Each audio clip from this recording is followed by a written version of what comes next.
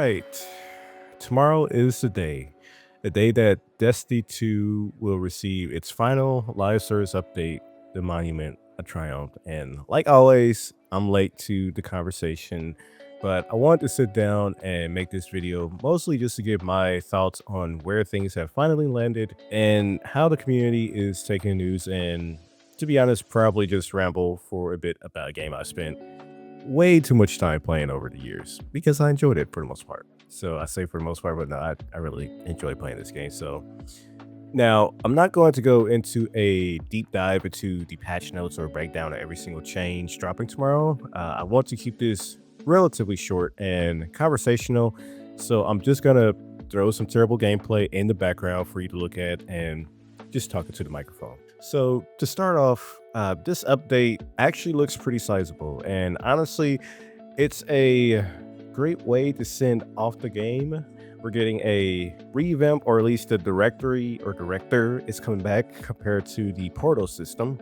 A huge sandbox changes across the board for weapons, perks, abilities, exotic armor, catalysts, reprised weapons with new perks added to them, changes to legendary armor, new archetypes for your stat distribution, and then we're getting activity changes. There's new distortions that's going to be happening in the public spaces, happening across different destinations, the return of Pantheon, Gambit updates, and finally, Sparrow Racing League is returning. And looking at the scale of what's coming tomorrow, it proves that Bungie truly has been listening over the months, and it's not just a meme, but we're listening, as people like to jokingly point out sometimes. So, and I'm honestly looking forward to the changes tomorrow, or rather the update entirely tomorrow, because partially, whenever there's an update of this size, or at least with sandbox changes, updates to exotics and subclasses, that build crafter in me wants to just jump in and just try out different build ideas, peeping the as a hunter main and not being stuck to just spamming invisibility on Night Stalker. Finally, thank you very much. I don't know why it took us this long to not have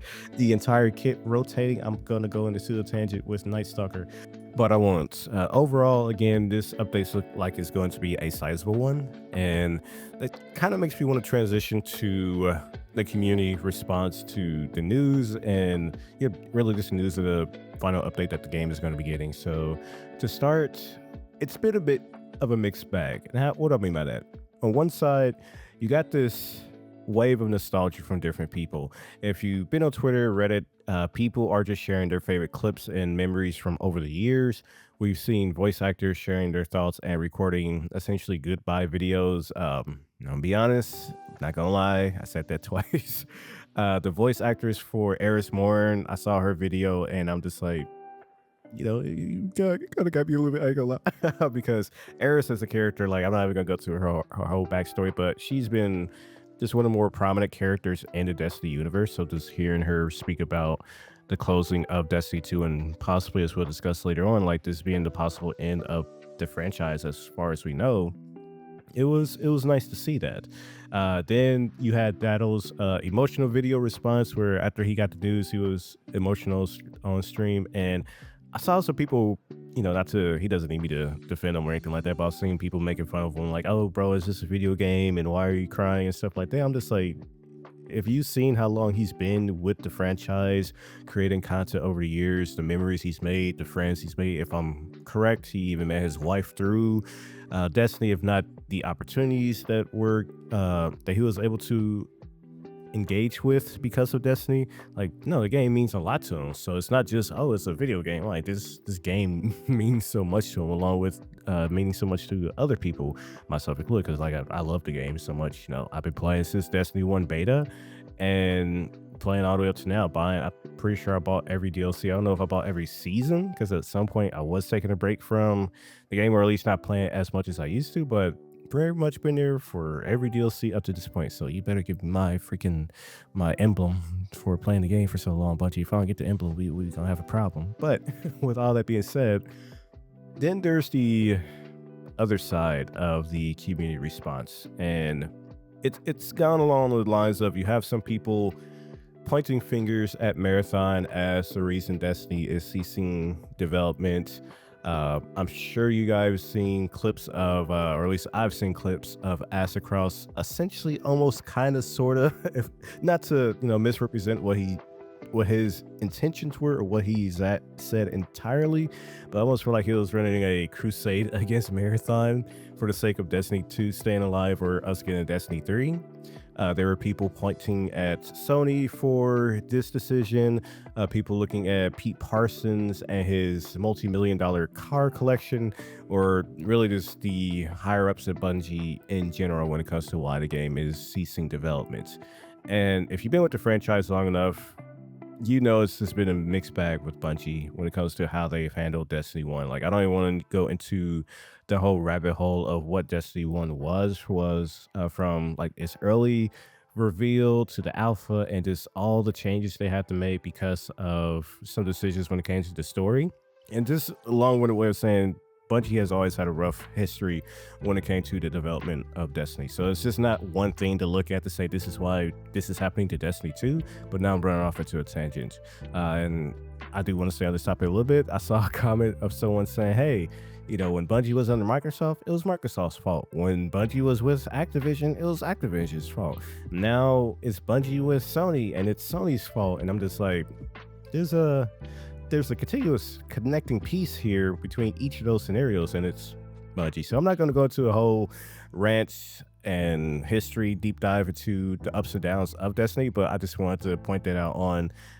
I'm not a fan of trying to blame one key thing. Granted, Pete Parsons and the higher ups of Bungie, I will just middle finger to those guys, because it's like, let the developers create and not adding all these decisions that just screw over the player base. And that's really just gaming in general. Like, I don't want to go to a whole rant against that, but just gaming in general, how just some people who really shouldn't be leading and making decisions for games or making decisions for games and kind of ruin them for everyone else. But I digress. Now, I want to kind of speak on how I feel about the news and the update being the final update for the game. And for me personally, barring the responses of just different fans in the community, as I said, actors and actresses and their takes on the game closing, overall, I kind of feel, let's say, dumb to the news. And it's mainly because I've been playing for a very long time. I believe I said earlier, I've been playing since Destiny 1 beta. And at some point, every game just reaches that natural end of its life cycle. And to be honest, when the final shape dropped and I ran the credits on that one, it felt like it was a proper conclusion of the franchise. I know it was the end of the Light and Dark saga, but I really feel like this would have been the perfect time to say, hey, thanks for playing with us when it came to Destiny 2. The main life story is over. We'll probably have some updates later on just to close out like a prologue or something like that. But for now, Destiny 2 is done with the final shape. But we didn't get that. We got a continuation with the Fate saga. And yeah, after the final shape, it just felt like the game was essentially on life support. And that's where I just really started to check out of the game. Between burnout and major blunders, with Lightfall, which again I won't talk about Lightfall. I was just losing interest in the game. And again, with Final Shape, I really felt like that would have been a perfect time to close things out if you wanted to continue the universe as a whole, whether it was a sequel, whether it was like prequels or anything like that, a spinoff or anything like that, would have been fine with. But Destiny 2 as a game, I felt like Final Shape was a perfect ending point for Destiny 2. And I know it's a bit of a, at least at the time rather, the topic of a Destiny 3 was not the most what's the word I want to say, like the most ideal outcome for people, because you hear time and time again, oh, we got all this loot, we spent so much time playing the game, while we want a Destiny 3, I want the game to continue so I don't lose all my stuff.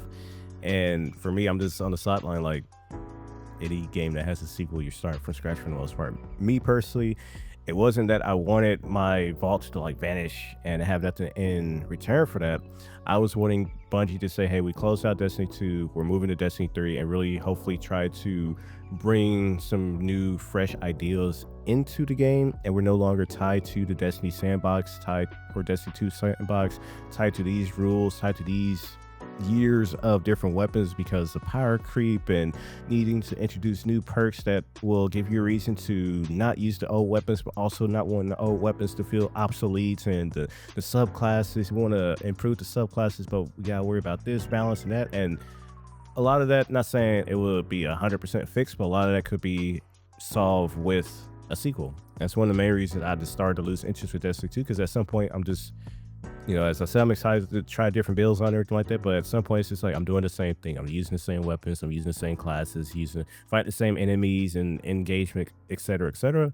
And that's where Destiny 3 would have been more ideal, to just have a fresh start and try out new different ideas. And you're no longer tied to all these other previous additions and changes to the game.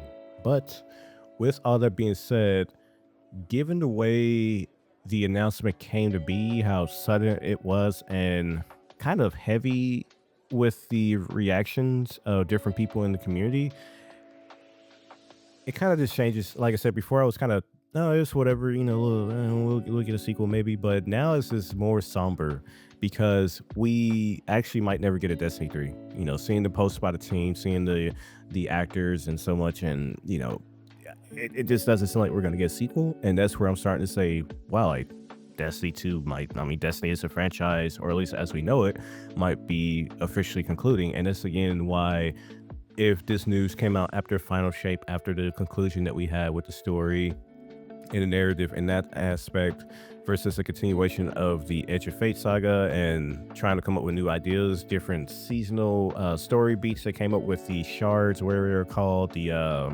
Maya Sundaresh and Zevul Wrath, and all that stuff may not be answered now. And that's where it's like disappointing to know, given just how things have came about. So the question now is, will we ever get a Destiny 3? And I don't know. Like, would I personally like to see a Destiny 3, as I've mentioned so many times in this video? I would, because I do like the game. Like, I really, the amount of hours I put into this game shows that I really do enjoy playing Destiny. And it's kind of like with Monster Hunter. I played Monster Hunter from the PSP all the way to Wilds. And even though I don't play Monster Hunter as much as I did comparatively to like the earlier days, partially because I'm older now, you get older, you got responsibilities and your tastes change, whatever. It's a franchise I keep coming back to, getting lost into for X amount of time and then taking a step back. And that's how with Destiny, with it being more of a bigger live service than Monster Hunter, I would be happy to see a sequel to Destiny 2. But just given where things are, no announcement or anything like that, like it kind of does suck to think that we might not be getting a sequel to Destiny. So, and I know Marathon is still a thing that's going on. And even though I personally wasn't into Marathon, I do hope it succeeds, because I don't want Bungie as a studio to pretty much to shutter. Marathon isn't my thing mainly because of the looter shooter, and I can make a whole separate video talk or asking the question rather, because I haven't played the game in its entirely. I played the server slam or whatever, but just really asking the question, like, why would you go to an extraction shooter over like a PvE experience, or maybe like some very light PvP? Because the bit that I played in the server slam, I was getting like, that was a new world I was starting to get pulled into, and the atmosphere and the weight and the uncertainty of how you just don't know if you will survive against the killer AI and stuff like that. Like, I wish Marathon came out differently, because if Destiny 2 concluded in a more positive way, again, going back to they concluded with Final Shape, and Marathon came out with its mystery and its harsh environments and its heavy atmosphere, I'm like, all right, I can see myself, all right, I have my fill with Destiny 2. I'm gonna hop over to Marathon, get lost in this world and see where things go. And unfortunately, it's an extraction shooter. And I know they spoke about wanting to add a PvE mode later in the future, so maybe we'll get something like that. But I don't want this video to turn into a marathon. So it's almost 20 minutes long. I think, looking at the recording, we're about at 14 minutes. So with all that being said, okay, if you made it this far into my ramblings, thank you for watching. And to close things out, a huge thanks to the Destiny development team for creating this amazing universe and giving us a decade of completely unforgettable experiences. Now, granted, some of those experiences are delayed in the Destiny Vault. You can experience the Red War faction from start all the way to the end, or the Destiny campaign all the way from the start to the end. That kind of does suck, but alas, this is where we are. Now I'm going to edit this video. Probably check out Wuthering Waves. Never played it, but I saw the Cyberpunk crossover, and I have to grab Rebecca because she's the best. And no, this isn't up to debate for the Lucy fans out there. So go ahead and close out the video here, and until next time, whenever that is, because I don't even know when the last video I uploaded was. So here we go.